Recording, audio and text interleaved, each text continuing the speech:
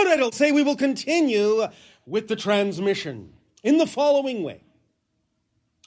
We have discussed the idea of writing your life story, writing that structure. Now we are going to discuss and share information about living your story, how to take that structure and turn it into a living experience. Now, of course, there are many ways, and it still all comes down to the idea of acting on your highest joy to the best of your ability without expectation every moment that you can. That is still the idea of the strong permission slip, as you say in your language, in a nutshell. Nevertheless, as we more deeply examine the notion of this particular story, structure, archetype, permission slip, it can give you, by dealing with its specific components, more understanding of the nature of the process, more clarity with how to use this inherently included in structure in your psyche. And so, we will suggest to follow through with the idea of really transforming that structure into something that is a living thing for you. The following idea. We have mentioned that there are, of course, many sources on your planet that describe the components of story structure. You can find these components listed in many of the books that exist in your society that have to do either with specifically story structure or writing, perhaps even screenplay books, how to write screenplays, how to understand story structures, or some of the philosophical books that we have mentioned. We'll discuss a list, we'll provide a list of the different components, the specific discrete components of story structure. As we have suggested, it would be in your best interest in following through in this particular exercise and permission slip to go and find one of those books, procure one of those books on story structure, and once you have that, if it is not already listed for you, which often it is,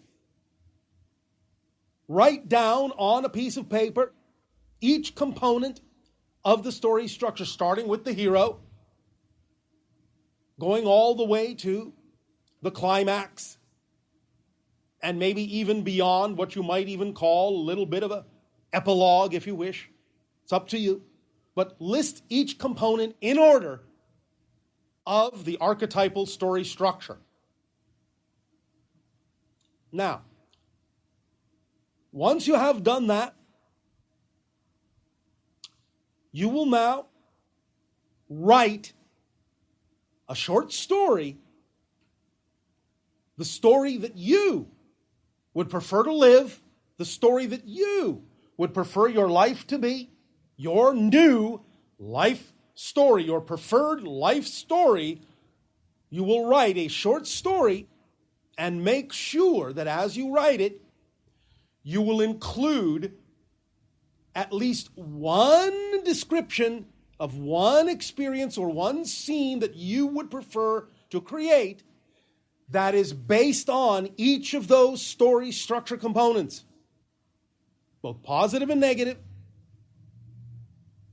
in terms of facing challenges and overcoming them, transforming them, protagonist, antagonist, twists, mentors, call to action, all these things. Sit with it till you understand the components of the structure, and then begin to write a short story that describes the life that you wish to tell yourself, the life that you will begin to tell yourself, the story you will begin to tell yourself from that point forward after you write this story. Now, You don't have to be the best writer in the world. We're not saying this is a writing class. So you don't have to worry exactly about how you are describing these things. What is important is to make sure that the scene you are describing is based on that particular story, structure, archetypal component. Step 3, step 1 being isolate the story component, step 2 being write the story, step 3 is to begin to act out like you're an actor on the stage, either in the privacy of your own home or in front of friends. It's up to you at first. Act out that story as best you can. Provide props if you need. Draw pictures if you need to put on your walls that represent whatever things you have represented ought to be in that scene that's representative of that story structure, archetypal component. Whatever you have to do to make it as real as you possibly can. Make it as much like a true stage play as you can. But from beginning to end, act it out. All the things you wish to say, all the things you wish to do that are representative of your life. Now, it doesn't have to be every single thing. Just pick the strongest one, the most enjoyable one, the most challenging one, maybe even the most fearful one for those particular scenes that are based on that component, and just pick the one that is most representative in energy of that particular story component. Put it all together in your story and act it out as best as you can, as fully as you can, as if you are an actor on a stage, all the way from beginning to end. All the way from beginning to end. And you will do that 3 times in this particular exercise, in this particular permission slip, in this particular process. The first time, you will just do it. You will just start from the beginning and act it out, go all the way to the end. Now, this doesn't have to be very, very long.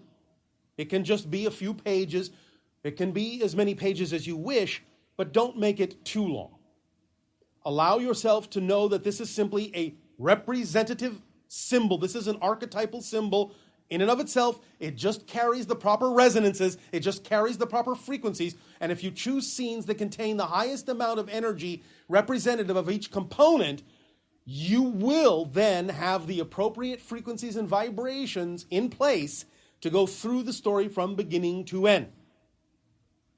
So first time you do it, just take a stand or sit or however you need to begin your story and just begin acting it out all the way to the end. That's the first time.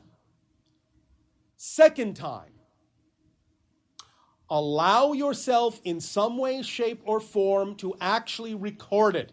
You can videotape it, you can audio tape it, you can do both. Record yourself doing it. And before you start, actually say the word action. And then do it. Act it out all the way through to the end. And when you are done, before you turn off the recording, actually say the words, the end. That's the second pass. Now, the third pass is you will do this in front of someone. A friend, family member, someone. Not your pet, a person, or more than one, ideally at least 3. You will also, again, record it, video and or audio. You will start again with action at the beginning, go through it, get to the end, say the end. Allow the people, tell the people who are watching to also respond appropriately in those moments. Now, it doesn't in this case have to necessarily be what you would call a genuine response. If they laugh, if they cry, if they recoil in fear, naturally, that's fine. But ask them to actually do so even if they don't completely feel it. to give you the feedback so that when you are going through a transformation and you are touching on the idea of either sadness or happiness or fear or joy, they will respond accordingly. Allow them to laugh, allow them to cry, allow them to do whatever they want, even if they appear to be faking it, so to speak, simulating it. For the purpose of this exercise, ask them to actually pretend to respond if they cannot come up with a genuine one. And go from beginning to end that way in this third time. Then, after you have done that, allow yourself then to look at or listen to the recording that you have made of yourself, telling yourself this new story, the story of who you prefer to be, both in joy and in the acceptance and transformation of the challenges that you will place in your story at the appropriate points, taking your cue from the archetypal components as they are timed out on the list of story structure elements. Watch or listen to yourself again, hearing that story, seeing you play out that story. This is, in a sense, a way to make a little bit more solid the idea of the visualization that goes on in your head, your imagination, your visualization of your ideal story. By actually recording it and seeing it, ideally, and or listening to it, if you cannot visually record it, it will start to really anchor the energy of that imagination scenario, that visual symbol of that story. It will start to really anchor it vibrationally in your being. Because now you will actually have an externalized projection of what has been in your mind's eye. And even though it's still just a symbol, and you don't have to put any expectation on it, that it must come to fruition exactly as you wrote it, remember to always allow the higher mind to bring you unexpected twists. It will still nevertheless help really ground and anchor that visualization into your physical reality in much the same way that when you go and experience a film in your movie theater or a television show that you get caught up in, you will start to see and use all your senses in the same way, and it will really start to help make that particular scenario seem much more impactful, much more real, because when you do that with your own story, make your own movie of your own life story in this way, hitting exactly all the story structure components that will pluck chords within the story structure archetype in your consciousness, and you're seeing yourself do that, the response, the communication, the connection, the relevance, the resonance, the amplification, the magnification of that visualization will be profoundly more magnified for you than just keeping it in your head. It will seem far more real. It will seem experiential. It will start to rub off on you as if you've already actually experienced it. And that's the key to this particular permission slip exercise, is to get it out of your head, in front of your eyes, so that you are receiving the vision, hearing the energy, you are going through, you're identifying with it because it's you, and you're seeing yourself go through the exact transformative experiences in the story structure, the archetypal structure that you need to go through to really know that you've experienced this transformation. And you do this, you anchor it in, you lock it in, you resonate with it, it plucks those chords, and you really start to identify with that particular frequency of transformational story. That story becomes your story. Really becomes your story vibrationally. Again, doesn't matter if certain things will alter in the way that story actually plays out in your physical life. What you're doing here is anchoring to the vibrational points of the archetypal story structure so that whatever comes in from the higher mind will fit that resonance and be exactly what it needs to be that scene in your story in order for the overall story as the combination of scenes to ultimately be the energy that you prefer it to be. This can be a very powerful permission slip. You all know how entranced you get when you go and see a movie that sinks in. Well, this is your movie. Again, it doesn't have to be the most accomplished movie in the world. It doesn't have to be the best filming or the best writing in the world. It just has to be genuine. It just has to be honest. It just has to be sincere and heartfelt, and it has to be passionate in the sense that you know this is the story you prefer to tell. This is the story you prefer to tell to the world. This is the story you prefer to tell to yourself. This is the story that you know yourself to be. That's what makes the difference. And if you watch this over again 3 times at least, then it will really start to anchor in. And if you want to, if you feel creative enough, by all means, rewrite it, refine it, film it again, watch it again. Go through this exercise as many times as you wish until you feel that really is your vibration. It's up to you. This is just a permission slip. You may find that your imagination will provide you other ideas of how to do this, and that's fine, because your imagination is key to your vibration, so let it. Let the unexpected twists crop up even in the doing of this particular permission slip creation, because creating this permission slip is still what? A part of your story. So even the creating of your story is part of your story. So let that be all right for it to alter itself in whatever way, shape, or form it needs to in terms of the details, in terms of the expression, in terms of exactly how it manifests on the story spine. But do not alter the archetypal story structure. To do so, as we said, will be to eliminate the framework that creates context and relevance for what is already embedded in your physical mind psychology as an archetypal structure that you want the story to resonate with. So do not change the structure, but allow yourself to play with all the details. Be very creative of the details. Sometimes you don't even have to allow these details to be in what you would call linear order. Look at some of the films you have on your planet that are completely non-linear. They start at the beginning, start in the middle, start at the end, go backwards, go forwards, go left, right, up, down. But they do not forsake the actual archetypal structure. All the components of the structure are still there, even if the timeline is skewed.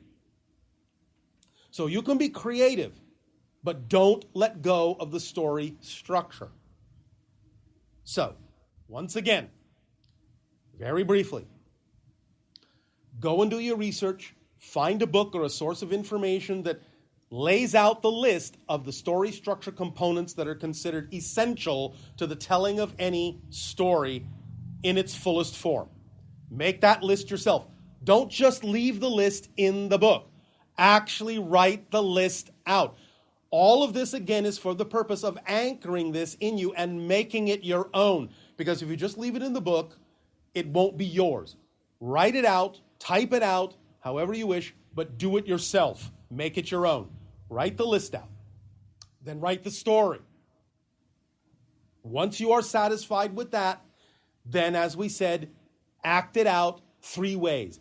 Just act it out yourself, kind of like what you would call a dress rehearsal. And by the way, if you know in that story you're actually wearing something different that you'd prefer to be wearing, wear it. If you want to do costume changes in your story, by all means, do them.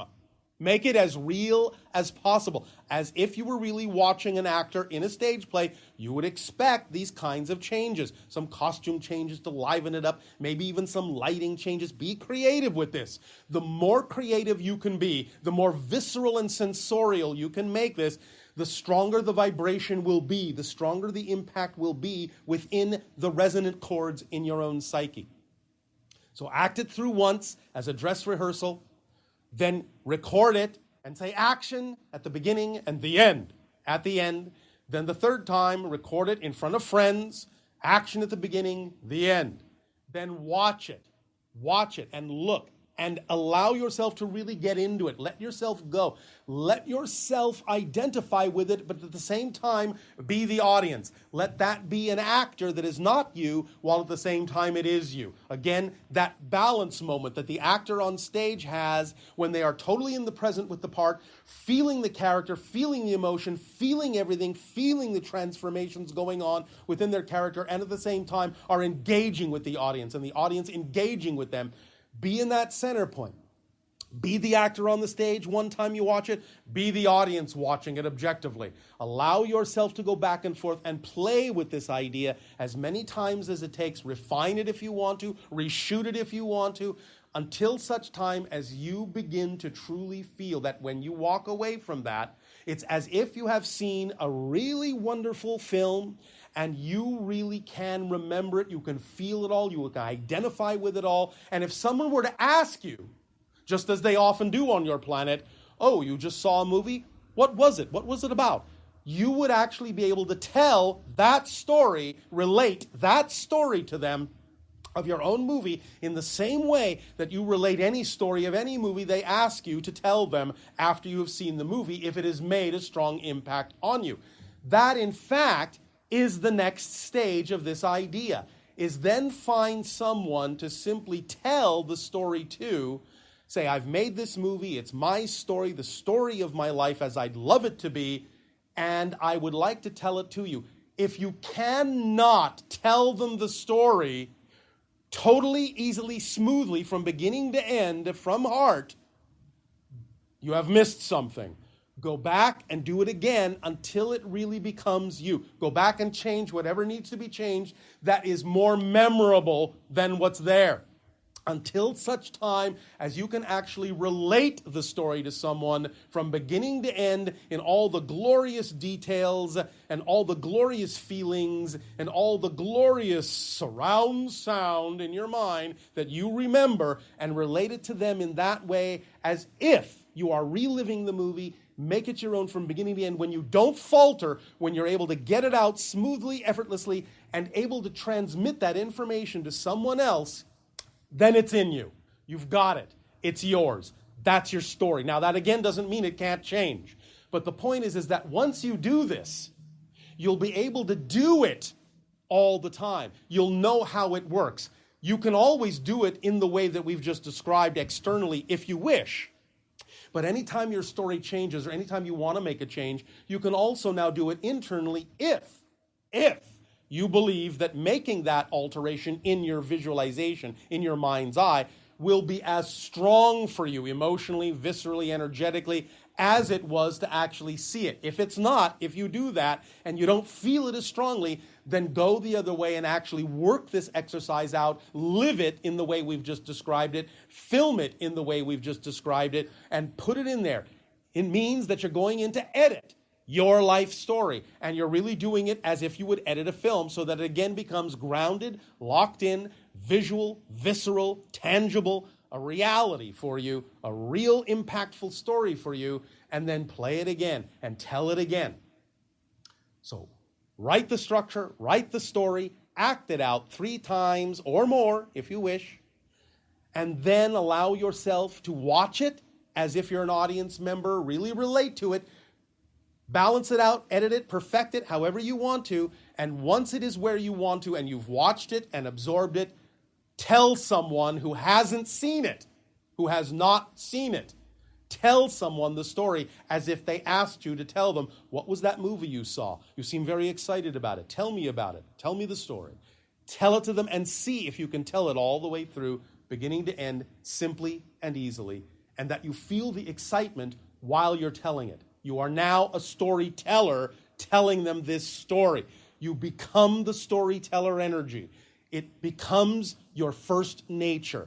And when it becomes your first nature, and when you're excited about telling this story to someone, then you'll be excited about your story. And anytime you change it to be more representative of what you believe it needs to be, you'll be that excited. It will come naturally to you. You'll become a natural storyteller to yourself, and you'll be more capable of altering your story in the way you prefer it to be in a heartbeat.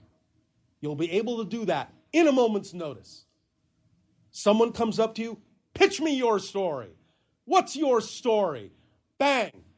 You'll be able to pitch it in a heartbeat, in 5 minutes or less. No problem. Because it's your story, it's yours, it's locked in, you know the vibration, it's visceral, it's tangible, it's real, it's you. Your story.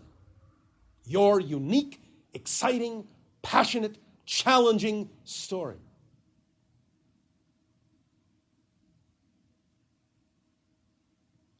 Everyone take a moment to take a deep breath.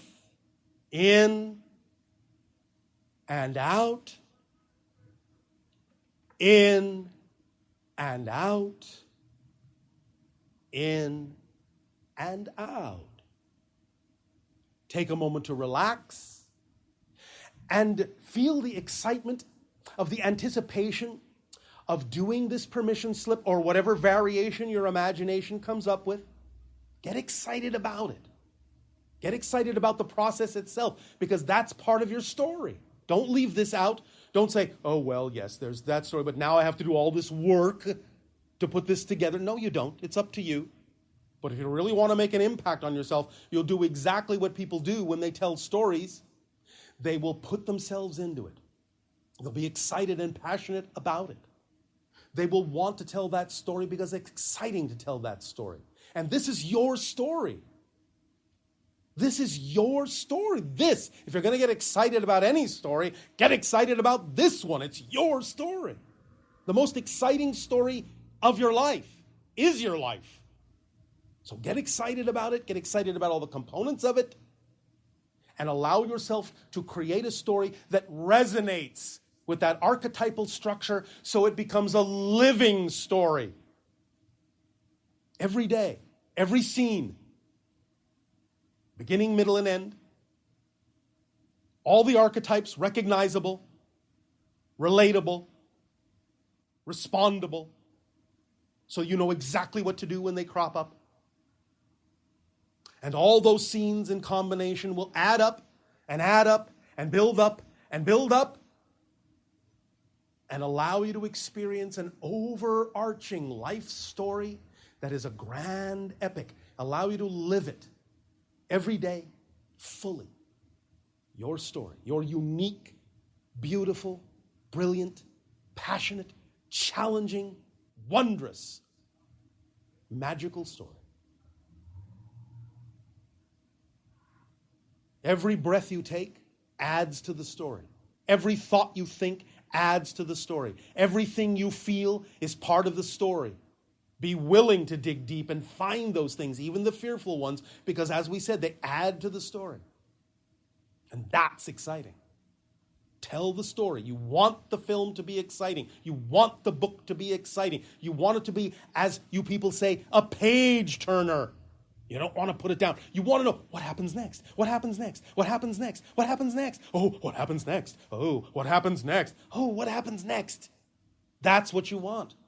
You want to know. You want to know. You want to know what happens next. Because that's a good story. And that's a story worth remembering, worth living, worth being.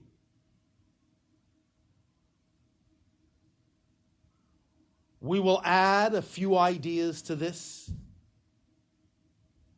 in the live transmissions. But for now, allow yourself to absorb this information and start allowing yourself to imagine how you will uniquely go about, if you wish to, doing this particular permission slip exercise to live your story. Take your structure and make it a living thing. We thank you for allowing us to share this information with you all in this way. And we will look forward to seeing, reading, watching your stories as they unfold.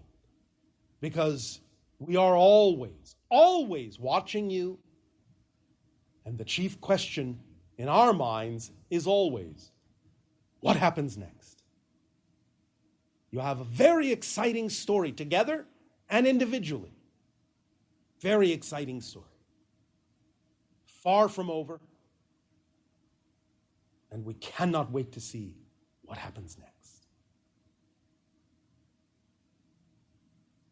We will resume this transmission shortly. Enjoy another intermission.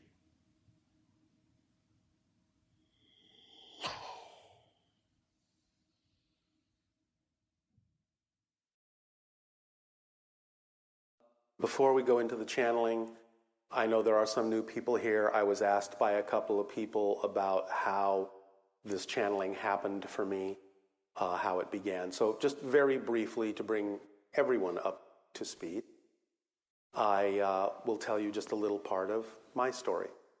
For those that don't know, the first thing that started this off, at least as far as I can tell,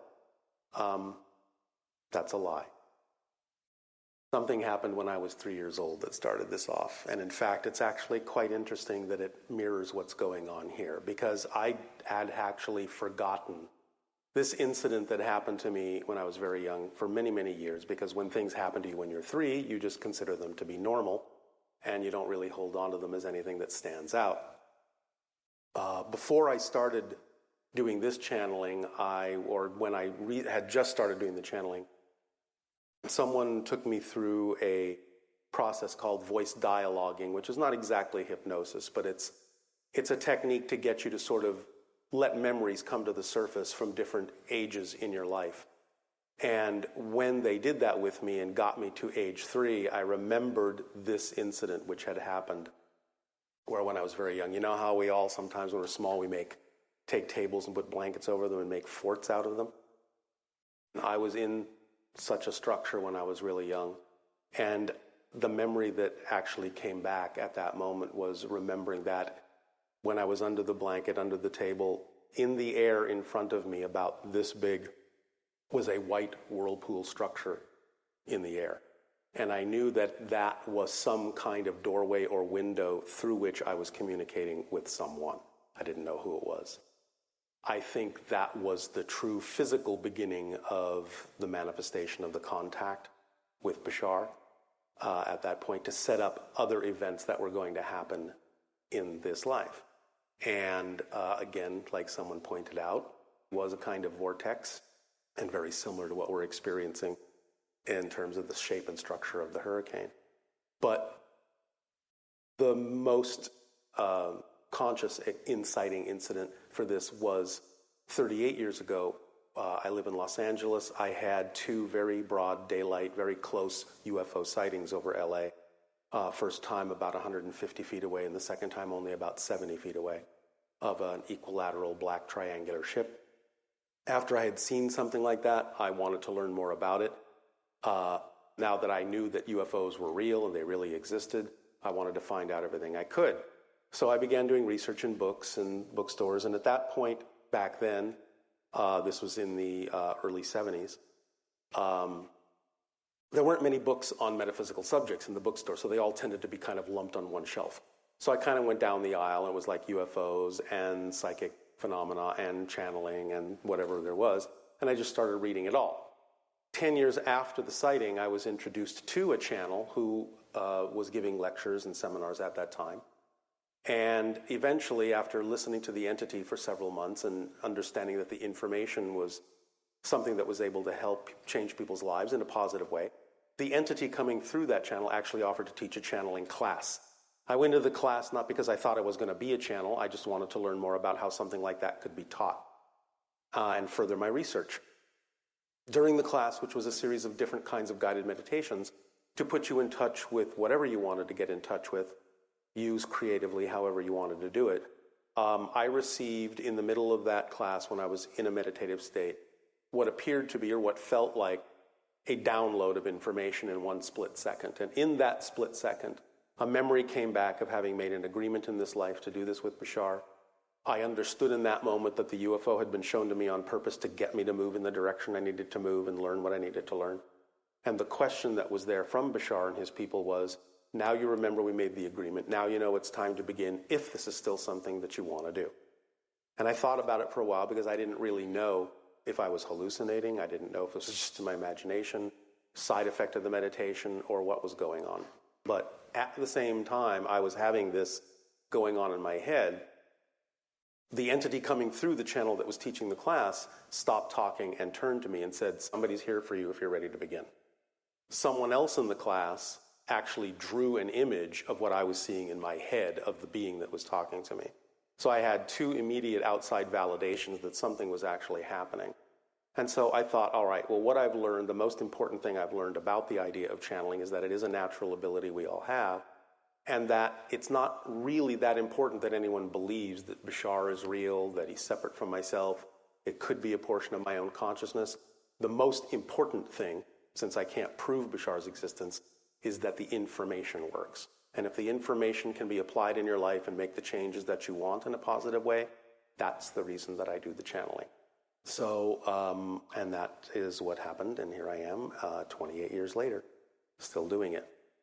So I hope that answers the questions that people had about sort of how this began. There's more information, perhaps a little bit more on the website. But that sort of is, in a nutshell, what happened. There are many, many things that also happened that were connected to it, but I'm just going to keep it brief for now. Does anyone have any questions before we begin? Yeah.